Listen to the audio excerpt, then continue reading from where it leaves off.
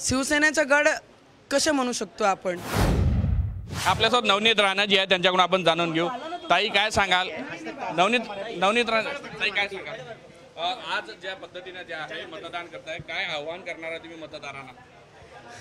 मी सगळ्यांना एवढीच नम्रपणे आणि विनंती करते की सगळे लोकांनी ज्या पद्धतीने मी मागे 5 वर्ष लोकांच्या हिताकरिता डेडिकेटेडनी लोकांसोबत राहिली, 24/7 इझी ॲक्सेस ज्याला आपण म्हणतो ते मी या क्षेत्रासोबत राहिलेली आहे. आणि लहान लहान मुलं जी आहे ते सुद्धा ओळखतात की नवनीत राणा म्हणजे आमची खासदार आहे. त्या पद्धतीने मी गेल्या 5 वर्ष लोकांचे 5ही वर्ष फक्त खासदार म्हणून, पण 11, 11, 12 वर्ष लोकांच्या हिताकरिता, लोकांच्या प्रश्नाकरिता मी नेहमी आवाज उचलत आलेली आहे. आणि भरपूर कामं, भरपूर विकास मी माझ्या केंद्रातून खेचून आणलेला आहे.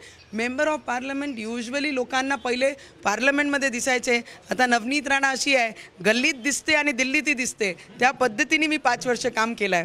तर ते सगळी गोष्टी अमरावतीची जनता, महिला, युवक, शेतकरी, शेतमजदूर या लोकांचे डोळ्यात आणि चेहऱ्यात तुम्हाला साफ तुम्ही जर पाहिला आणि अभ्यास केला, कारण मी त्यांच्या डोळ्यातच पाहून 2019मध्ये काय रिझल्ट येईल त्या पद्धतीने मी काम करत होती. आणि आजसुद्धा त्या पद्धतीने फोन सुरू आहे, रात्रपासून फोन सुरू आहे.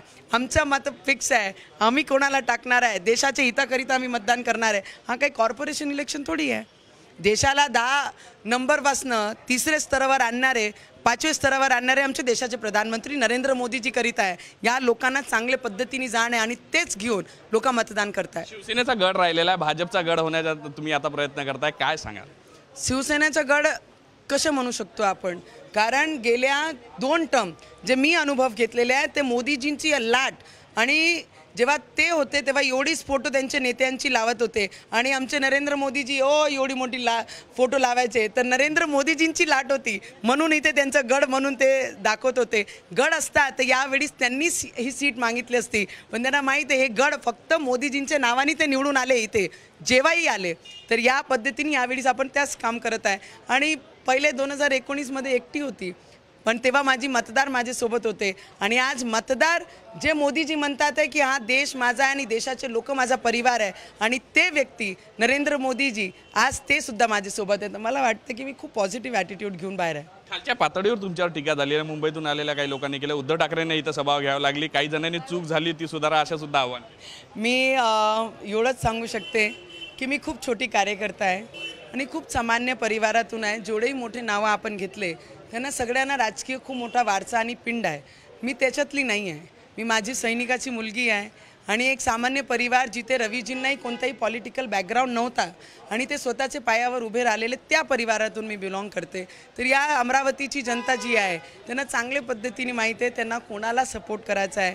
आणि खाली पातळी मी सगळ्यांना राजकीय लोकांना विनंतीच करते की महिलावर बोलत असताना आपली आई डोळ्यासमोर ठेवून आपण महिलावर टीका केली पाहिजे.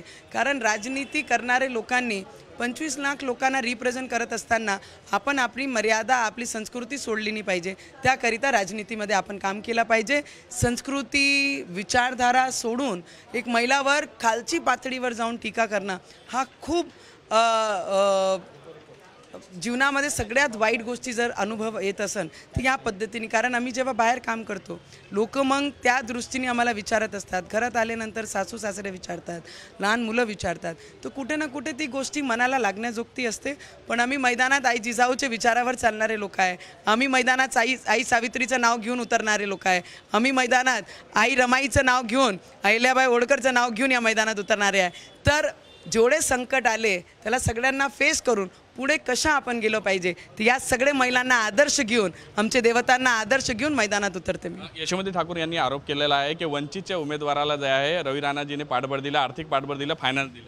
मला असं वाटते ते खूप सिनियर आहे, खूप मोठी आहे, माझी नणंदबाई आहे. तर मी माझे परिवाराचा नेहमी आदर करते आणि त्यांना जेही म्हणायचं आहे त्यांनी सगळं काही बोलून चुकलेले आहे.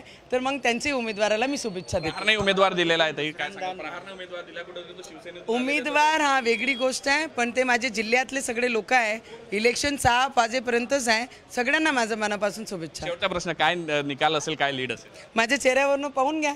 अभ्यास करता आला तर चेहऱ्यावर अभ्यास होऊन जाते, की कारण माझी जनता, माझे लोक, माझी महिला, माझे युवक, माझे शेतकरी, माझे शेतमजदूर ज्या पद्धतीने ते मला रिस्पॉन्स देत आहे, डोक्यावर हात ठेवून अक्षमान केला, तर त्याच्यातून मला माहीत आहे की माझा रिझल्ट काय होईल. नक्कीच मतदारांचा आशीर्वाद जो आहे तो माझ्या पाठीशी असेल असा जो दावा आहे आणि विश्वास जो आहे तो नवनीत राणा यांनी आपल्याशी साम टी व्हीशी बोलताना व्यक्त केला आहे. व्हिडिओ जर्नलिस्ट सौरभ बोलेसह पराग डोबडे, साम टी व्ही न्यूज, अमरावती.